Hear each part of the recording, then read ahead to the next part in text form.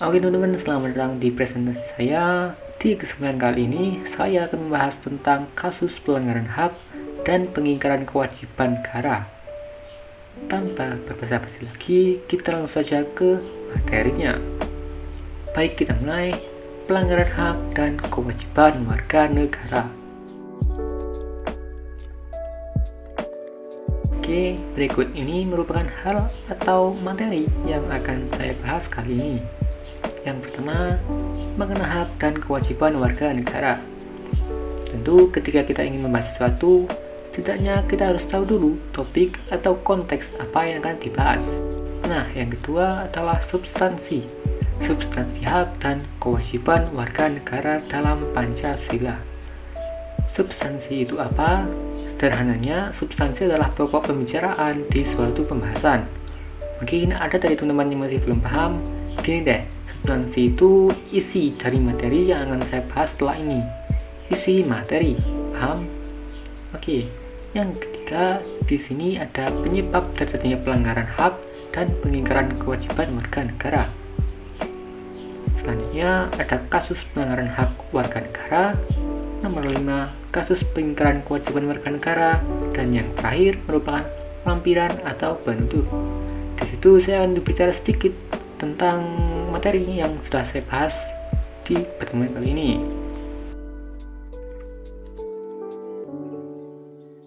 Makna hak dan kewajiban warga negara. Hak merupakan sesuatu yang secara mutlak menjadi hal yang harus diterima oleh seseorang sejak ia lahir, dan penggunaannya tergantung kepada orang itu sendiri. Di sisi lain, kewajiban yaitu segala sesuatu yang harus dilakukan dengan penuh rasa tanggung jawab.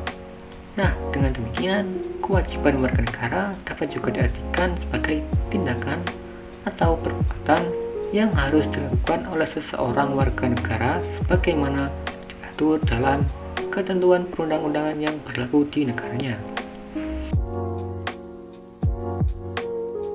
Nah, berikut adalah contoh sederhana atau paling umum yang harus ditaati oleh semua warga negara. Contoh hak warga negara. Yang pertama di sini adalah hak untuk hidup, hak untuk mendapat kesamaan hukum, hak untuk berpendapat, dan hak untuk memilih agama sesuai kepercayaan masing-masing individu. Selanjutnya, contoh kewajiban warga negara. Pertama, kewajiban untuk membayar pajak, kewajiban untuk menjunjung tinggi hukum, kewajiban untuk membela negara, dan yang terakhir, ada kewajiban untuk menaati hukum dan peraturan yang berlaku. Sekedar informasi, peraturan yang disebutkan di sini merupakan peraturan yang ditulis di undang-undang. Tentu masih banyak lagi contoh-contoh yang lain, tapi untuk presentasi kali ini saya sebutkan sedikit saja. Dan untuk contoh-contoh di materi selanjutnya juga akan saya persingkat saja supaya mempersingkat waktu.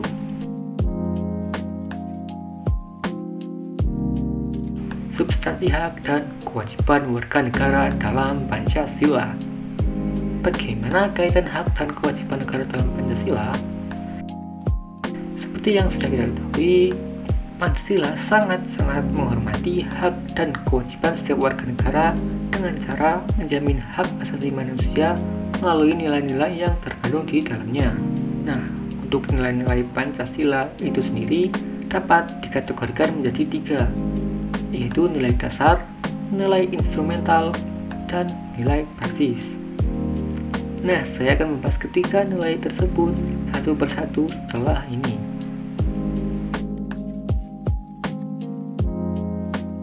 Hak dan kewajiban warga negara dalam nilai dasar sila-sila Pancasila. Nilai dasar ini berkaitan dengan hakikat kelima sila Pancasila, yaitu nilai ketuhanan, nilai kemanusiaan, nilai persatuan, nilai kerakyatan, dan nilai keadilan. Sila pertama menjamin hak warga negara untuk bebas memeluk agama sesuai dengan kepercayaannya. Sila kedua, tiap-tiap warga negara memiliki kedudukan yang sama di depan hukum, serta memiliki hak-hak yang sama untuk mendapat jaminan dan perlindungan hukum. Sila ketiga, menjamin hak-hak setiap warga negara dalam keberagaman yang terjadi di masyarakat. Sila keempat, mengamanatkan kepada seluruh warga negara untuk mengutamakan musyawarah mufakat dalam setiap pengambilan keputusan. Sila yang terakhir, sila kelima, juga mengamanatkan kepada seluruh warga negara untuk mengembangkan sikap gotong royong dan kekeluargaan dengan masyarakat di lingkungan sekitar. Hak dan kewajiban warga negara dalam nilai instrumental sila-sila Pancasila.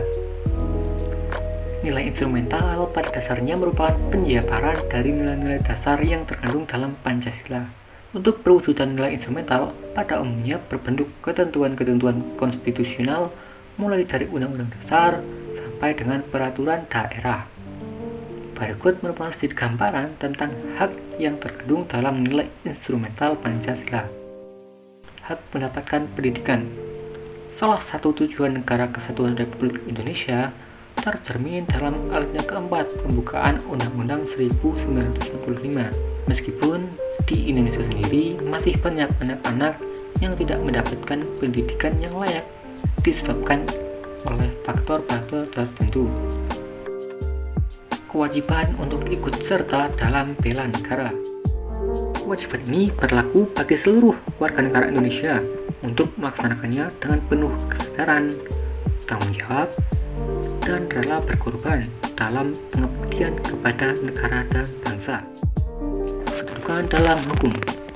Pasal 27 ayat 1 menyatakan bahwa segala warga negara bersamaan kedudukannya di dalam hukum dan pemerintahan dan wajib menjunjung hukum dan pemerintahan itu dengan tidak ada kecualinya.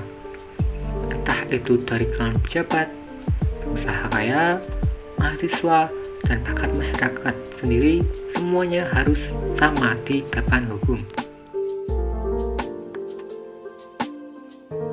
Nilai yang terakhir yaitu hak dan kewajiban warga negara dalam nilai praksis sila-sila Pancasila.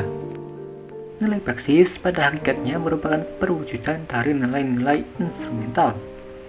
Dengan kata lain, nilai praksis merupakan realisasi dari ketentuan-ketentuan yang termuat dalam peraturan perundang-undangan yang terwujud dalam sikap dan tindakan sehari-hari. Berikut merupakan contoh sikap positif nilai praksis sila-sila Pancasila. Sebelum itu, hak dan kewajiban warga negara dalam nilai praksis Pancasila dapat terwujud apabila nilai-nilai dasar dan nilai instrumental dari Pancasila itu sendiri dapat dilaksanakan dalam kehidupan sehari-hari oleh seluruh warga negara. Sila ke-1 yaitu tidak memaksakan suatu agama dan kepercayaan kepada orang lain. Sila kedua, mengakui persamaan derajat, hak, dan kewajiban antara sesama manusia. Sila ketiga, rela berkorban untuk kepentingan bangsa dan negara. Sila keempat yaitu tidak memaksakan kehendak kepada orang lain. Dan yang terakhir, sila kelima, menjaga keseimbangan antara hak dan kewajiban.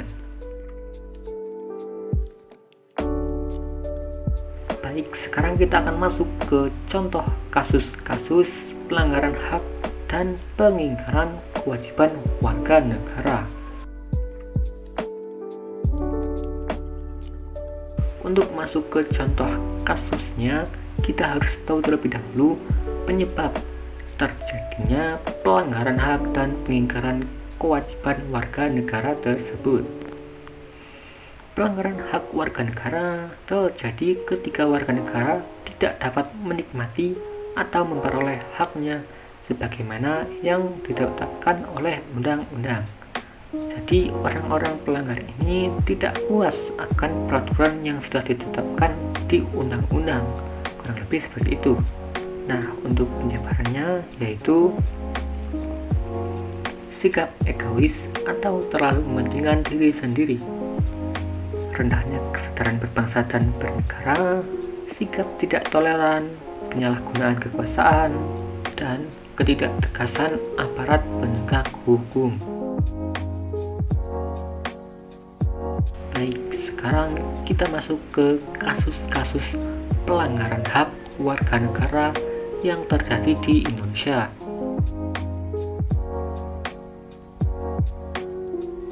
Yang pertama yaitu melarang orang lain untuk menyuarakan pendapatnya. Teman-teman tentunya masih ingat dong dengan insiden ini? Ya, insiden Ketua DPR yang mematikan mic pada saat rapat RUU Cipta Kerja Senin 5 Oktober 2020. Ada banyak sekali komentar tentang insiden tersebut, mulai dari yang berpendapat kalau mic tersebut sengaja dimatikan, mic akan mati otomatis setelah beberapa menit, habisnya kesempatan berbicara, dan sebagainya. Nah, bukan berarti ketua DPR tersebut melarang orang untuk berpendapat. Hanya insiden ini hampir mirip sama seperti melarang orang untuk berpendapat. Dan mayoritas warga negara juga sudah tahu akan kasus ini. Kemiskinan dan pengangguran. Pada beberapa bulan yang lalu, Indonesia sempat menjadi negara dengan tingkat pengangguran muda tertinggi di Asia Tenggara.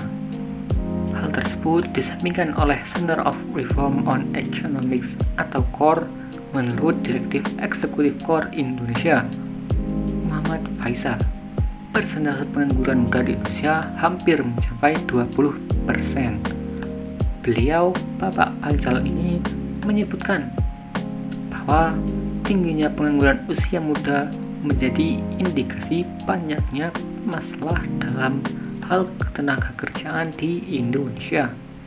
Meski demikian, data terbaru BPS menunjukkan bahwa tingkat pengangguran terbuka atau TPT di Indonesia telah menurun sebanyak 0,81% dibandingkan Agustus 2020, yang sebelumnya 7,07% menjadi 6,26%. Sekedar informasi, ada sebuah tren yang mengukur penurunan angka kemiskinan di Indonesia. Nah, tren tersebut harus berhenti hingga tahun 2019. Tentu saja disebabkan oleh pandemi COVID-19 yang dampaknya mulai terasa pada kuartal 1 2020. Persentase penduduk miskin naik menjadi 9,78% atau sekitar 27 juta sekian orang. Oke, mungkin seperti itu contoh kasus pelanggaran hak warga negara pada materi kali ini. Selanjutnya, saya akan membahas tentang contoh kasus-kasus pengingkaran kewajiban warga negara. Kasus korupsi bantuan sosial COVID-19. Nah, kasus yang satu ini lagi hangat-hangatnya diperbincangkan oleh jagat maya. Mantan Menteri Sosial ini diketahui menerima uang suap sekitar 17 miliar rupiah. Angka ini merupakan dugaan awal KPK, karena ada juga yang sempat bilang kalau jumlahnya itu menyentuh angka 30 miliar atau lebih tepatnya 32 miliar rupiah. Nah, sekarang kabarnya mantan Menteri Sosial ini divonis 12 tahun penjara dan denda 500 juta oleh Majelis Hakim Pengadilan Tindak Pidana Korupsi atau Tipikor di Jakarta pada Senin 23 Agustus 2021.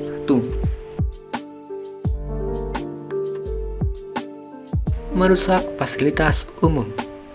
Kalau dari tadi kebanyakan saya membahas percepat, sekarang mulai dari mahasiswa, pelajar, buruh, hingga elemen-elemen masyarakat lainnya yang pada unjuk rasa penolakan RUU Cipta Kerja dengan sengaja merusak fasilitas umum. Akhirnya, Polda Metro Jaya menetapkan 54 orang sebagai tersangka terkait perusakan fasilitas umum di Jakarta.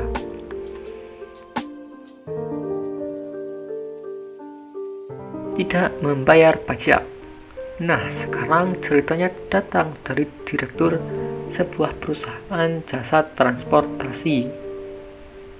Direktur tersebut dihukum 7 bulan penjara dan denda mencapai 11,74 miliar rupiah terkait tindak pidana perpajakan. Perbuatannya merugikan negara sampai 5,8 miliar rupiah, kata pelaksana tugas Kepala Kanwil Direktorat Jenderal Pajak Jawa Tengah 1, Bapak Dasto Letyanto, dalam siaran pers yang diterima Detikcom. Upaya pemerintah dalam penanganan kasus pelanggaran hak dan pengingkaran kewajiban warga negara. Tentu saja pemerintah sudah melakukan berbagai upaya untuk menangani kasus pelanggaran hak dan pengingkaran kewajiban warga negara.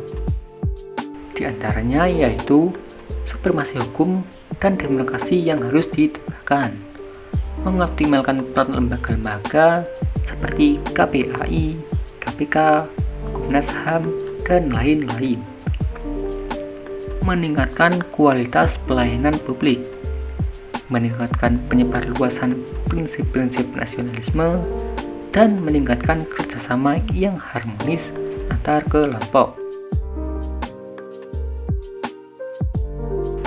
Nah, kita sudah sampai di bagian terakhir pada pembahasan kali ini. Sekarang saya akan berbicara sedikit dari sudut pandang saya sendiri. Cara menangani pelanggaran hak dan pengingkaran kewajiban warga negara adalah dengan mencegahnya.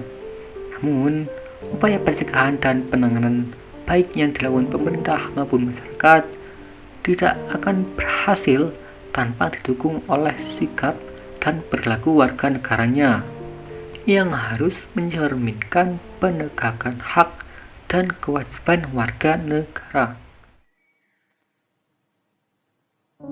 Indonesia itu negara yang kaya akan sumber daya alam maupun manusia, kaya akan keberagaman dan perbedaan. Sebagai warga negara dari bangsa tersebut, sudah sepantasnya sikap dan perilaku kita mencerminkan sosok manusia yang selalu menghormati keberadaan dan pendapat orang lain. Sikap tersebut dapat diperlihatkan pada perilaku kita di lingkungan keluarga, sekolah, masyarakat, bangsa, dan negara.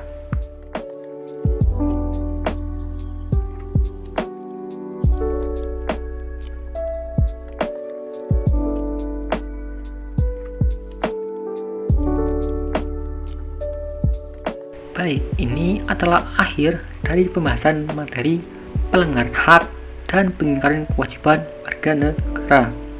Apabila dalam penyampaian materi dari awal hingga akhir ada salah kata dan sebagainya, saya pribadi mohon maaf yang seikhlas-ikhlasnya. Saya ingin mengucapkan terima kasih terutama bagi semua pihak yang membantu saya dalam membuat presentasi ini. Dan tidak lupa bagi teman-teman yang sudah mendengarkan dan belajar bersama saya di pembahasan kali ini. Jika teman-teman ingin bertanya atau memberikan kritik dan saran, boleh banget dengan mengirimi saya email di bawah ini, atau bisa juga di kolom komentar. Saya Rahman Hanafi, pamit, terima kasih.